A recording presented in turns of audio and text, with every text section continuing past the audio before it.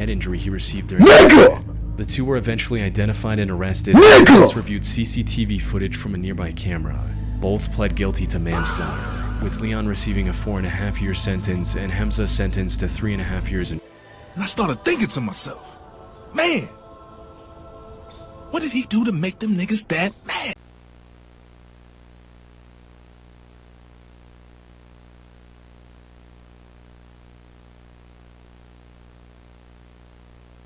What's up? Back here with another YouTube video. God, that was cringy. We are reacting to 5 most disturbing internet trends. Personally, me, I want to do any of these trends at all because number 1, it's fucked up, and number 2, you can probably get killed. So, nah. But let's get straight into the video. Also, don't forget to subscribe, like, and comment. Please! Please! On June 3rd, 2022, an 18-year-old teen tragically passed away after falling in front of a truck in Tangerang, Indonesia. What? However, what made this particular incident stand out among the dozens of traffic-related deaths on Indonesian roads every day was that this was not an accident. 31,000 fatalities? What the fuck? Accounting for 2% of all deaths in the country. That is fucking crazy. 2% of all deaths in the fucking country. Are we serious right now? Instead, this was the result of one of the most disturbing internet trends that was sweeping the country during this time. It actually started back in 2021, but exploded in popularity in mid-2022. The trend was called the Malaikat Maut Challenge, or the Angel of Death Challenge in English. To TikTokers, mainly teenagers, playing a game with traffic, particularly loaded trucks. Their goal was to run out onto a busy street in front of a truck. What? Nigga, what? Why the fuck would you try to do this challenge? Just why? It's stupid. It stops before hitting this shit is stupid and post the video of the stunt online.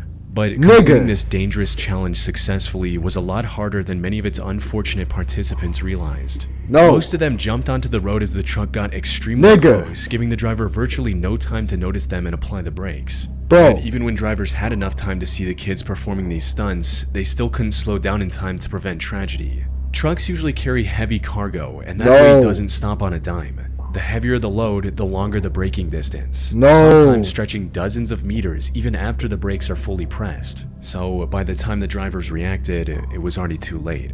Not to mention the fact that this trend was also putting the truck drivers at risk, both physically and psychologically. For one of these cases, involving a 14-year-old participating in this challenge, the driver fled the scene, likely out of fear of facing criminal charges. If he had instead stopped and cooperated, the footage the teenager's friends captured for TikTok would have proven his innocence. But by running away, he turned himself into a hit-and-run suspect, jeopardizing his job and even his freedom depending on the charges he received. Following the incident in Tangerang, Indonesian police acted quickly to prevent further tragedies. They managed to stop 14 more kids from attempting the same dangerous stunt that very day and continued to monitor the city over the upcoming month. That exact day, they stopped 14 children.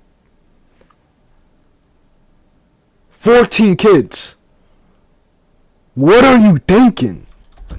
However, the attempts in Tangerang, Indonesia are only a small part of the global trend that cost several lives and left many others with life-altering injuries over the next year. Thankfully, TikTok eventually stepped in and removed all content related to the Angel of Death Challenge. And since social media validation was the main reason participants took part in this dangerous trend, the platform's ban caused it to gradually fade into obscurity. What are you doing? Happy slapping. On the 21st of January 2005, the Tez magazine in the UK reported on a new trend spreading rapidly bullies film fights by phone across the country, something they referred to as happy slapping. Contrary to its name, however, the trend was anything but happy. In essence, it involved people, often young adults or teenagers, going up to a random person, slapping them, recording their shocked reaction, and then sharing that video with others. Personal camcorders and phones with cameras were becoming a lot more accessible during this time, allowing the attackers to record their crime and share it as something funny. These happy slaps. Hey, if they did that shit in the US, they would have got lit the fuck up. They would have got lit up. Just imagine, just somebody came up and just bow, bow, bow, bow. I'm just playing. But But no, for real though, that's fucked up. Like, ain't no way a man should be putting his hands on you for no apparent reason, except for clicks and views. Like, bro, come on. That's ignorant. That's ignorant, all bro. over the internet for the whole world to see. As No. for how this trend initially Is that nigga started, videos were asleep? shared all over the This internet. nigga's asleep and he's trying to. As for No. how this trend initially started, some reports from the time linked them to violent TV shows like Jackass and Dirty No. Sanchez. A big difference between these shows and the happy slapping It's videos, professionals. however, was that everyone on TV consented to enduring the pain on camera. The people filming happy slapping videos, on the other hand, usually targeted complete strangers and bystanders for what they perceived as social clout. As a media expert from that time explained it, what we see the kids watching these shows doing is thinking, well, maybe I could stage my own scenes of pain and humiliation along these lines. No. With happy slapping, people are drawn in as random victims rather than the kind of voluntary performances we get in the shows that are being copied. Bro, why? What the fuck? Yo, what's good with I him, think bro? happy slapping has Why does he look like he's about to get been the kind of jumped? voluntary performance. Why does it look like he about to get jumped? What the fuck? Bro, we get in the shows is this nigga sitting down? Is he sitting down?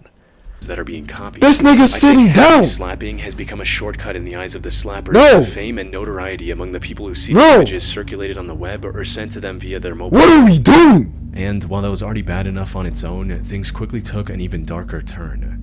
As time went on, the recordings became increasingly violent, likely in an effort to outdo one another and stand out in the sea of dozens, if not hundreds of similar videos. Oh, God, Things bro. went from humiliating my but God, physically bro. harmless slaps to coordinated attacks resulting in permanent injuries. What the One of fuck? the worst cases of this happened on August 31st, 2009 in South London. A 67-year-old retired care worker named Ekram Haq left the mosque on Church Lane in Tooting, England after the evening prayer, where he was then approached by two boys, 15-year-old Hamza Lazai and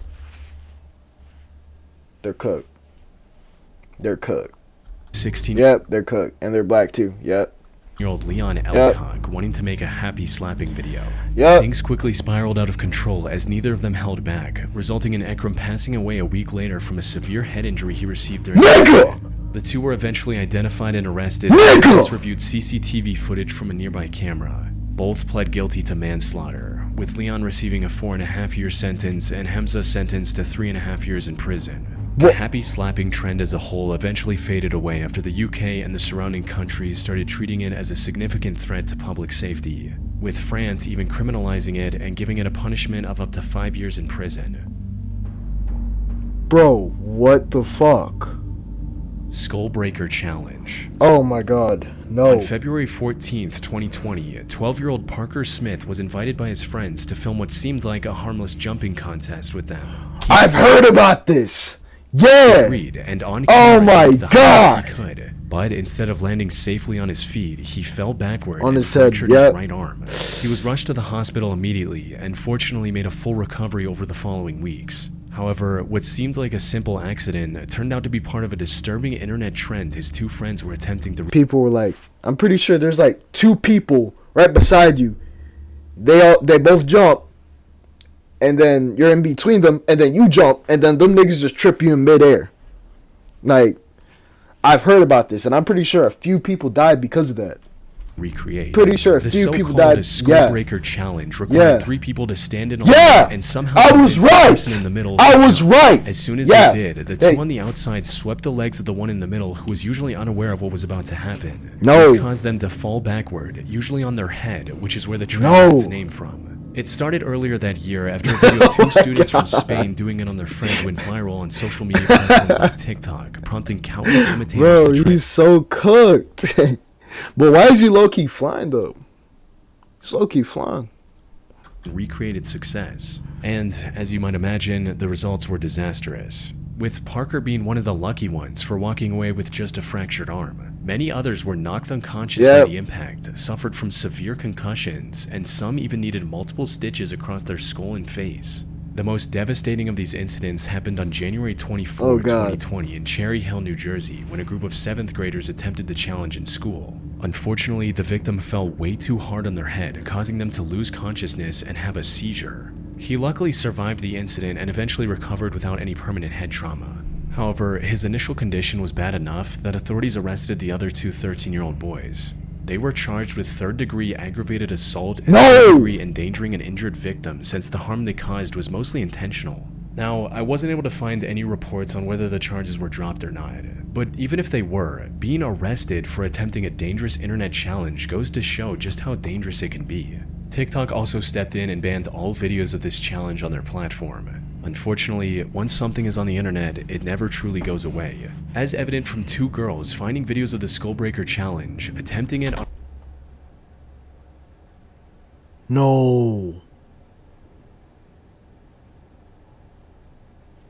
one of their classmates, injuring them and getting charged for it in November 2022, 1.5 years after the original fad ended. Fortunately, there haven't been many reports of kids getting injured because of this challenge ever since. Oh god.